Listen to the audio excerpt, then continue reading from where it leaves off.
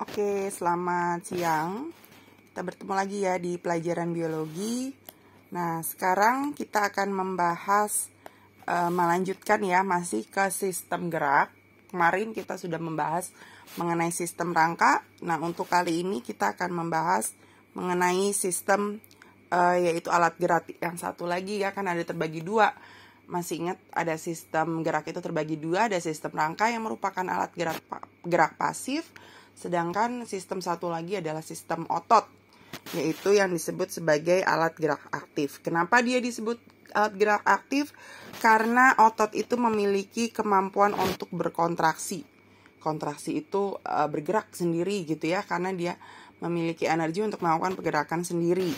Nah, jadi justru si kontraksi otot inilah, pergerakan otot inilah yang menyebabkan si tulang itu dapat melakukan pergerakan gitu. Jadi otot itu punya 3 sifat ya dalam menjalankan tugasnya sebagai alat gerak aktif, yaitu pertama kontraksibilitas, ya, ekstensibilitas. Di sini berarti dia mampu memanjang, ya, mampu berkontraksi, dan satu lagi dia bersifat elastis, berarti kembali lagi ke bentuknya yang semula. Itu adalah otot gitu. Nah, sekarang kita bisa lihat mengenai otot ya ke panjang selanjutnya. Nah, ini mengenai jenis-jenis otot ya. Jadi jenis-jenis otot berdasarkan bentuknya. Yang pertama adalah otot lurik. Nah, otot lurik itu diingat disebut otot rangka karena dia melekat pada tulang rangka yang menyebabkan tulang bergerak. Jadi contohnya otot lurik ada di mana, yang tulang kita bisa bergerak di mana? Misalnya di tangan, misalnya di kaki gitu ya, itu adalah otot lurik. Nah, otot lurik itu dipengaruhi oleh susunan saraf pusat, yaitu otak, sehingga disebut otot sadar. Kenapa disebut dengan otot sadar? Karena kita bergerak itu kan dengan kesadaran gitu ya, kecuali kalau gerakan refleks. Nah, tapi kalau misalnya gerakan yang biasa kita lakukan itu dengan kesadaran. Misalnya kita mau berbicara, nah berarti mulut kita baru bergerak.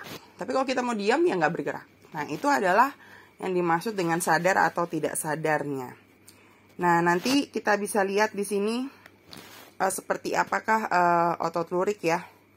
Kita bisa lihat sebentar.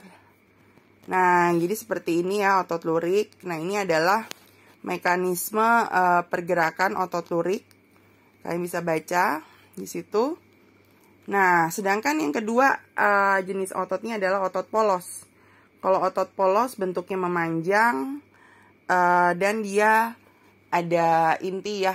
Nah, intinya di tengah-tengah. Nah, otot polos ini terdapat bukan di sistem rangka tapi di organ tubuh. Nah, organ tubuh itu kan misalnya contohnya ada hati gitu ya, ada ginjal. Nah, mereka itu kan harus bergerak juga. Tapi bergeraknya dia untuk otot polos ini di sini dia tidak disadari gitu. Jadi nggak mungkin kan kita sadar gitu ya bahwa ginjal kita bekerja gitu ya. Dia bekerja dengan sendirinya, otomatis. Nah, itu adalah ciri khas dari mekanisme gerak otot polos gitu. Nah, yang ketiga jenisnya itu adalah otot pada jantung. Jadi otot pada jantung itu berbeda, walaupun jantung itu juga termasuk organ, tapi dia berbeda dengan yang otot polos yang pada organ-organ lain gitu. Nah, sifat otot jantung itu gabungan antara sifat otot polos dan otot lurik gitu. Nah, nanti kita lihat gerakan antagonistik ya. Nah, gerakan antagonistik sekarang kita lihat di sini ya jenis gerakan. Nah, gerakan pada otot. Nah, pertama adalah jenisnya, yang pertama disebut gerakan antagonis, gerakan berlawanan. Nah, ini ada berbagai macam gerakan antagonis. Fleksi dan ekstensi itu adalah pada saat ini ya, tubuh kita di bagian lengan tangan. Kalau kita bengkok itu fleksi, kalau kita memanjangkan ekstensi. Nah, ini dilihat siapakah yang berkontraksi dan berelaksasi. Nah, kalau untuk fleksi yang berkontraksi adalah bisep, sedangkan untuk ekstensi yang berkontraksi adalah si tricep gitu ya. Nah, terus ada yang gerakan kedua, abduksi dan aduksi ya. Nah, abduksi dan aduksi adalah menjauhi sumbu tubuh.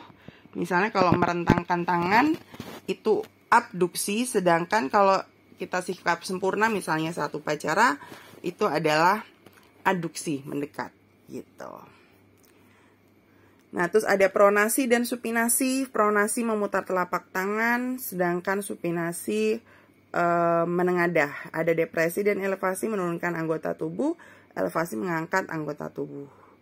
Terus kita bisa lihat di sini ada macam-macam ya, gangguan tulang, ada rakitis, kekurangan vitamin D dan seterusnya, bisa dibaca di buku ya. Ada gangguan fisik, contohnya fraktura. Apa sih bedanya fraktura? Misalnya tulangnya retak gitu ya. Terus gangguan pada tulang belakang, itu yang skoliosis, lordosis dan kifosis. Terus ada gangguan persendian ya. Nah, ini dan macam-macam, ada gangguan otot. Nah, ini kalian bisa baca. Oke. Nah, nanti ada latihan soal, kalian bisa kerjakan. Dan kan kalian sudah punya ya masing-masing soft copy dari buku ini. Bisa juga dicari dari sumber buku lain. Oke, sampai di sini dulu. Selamat siang semua.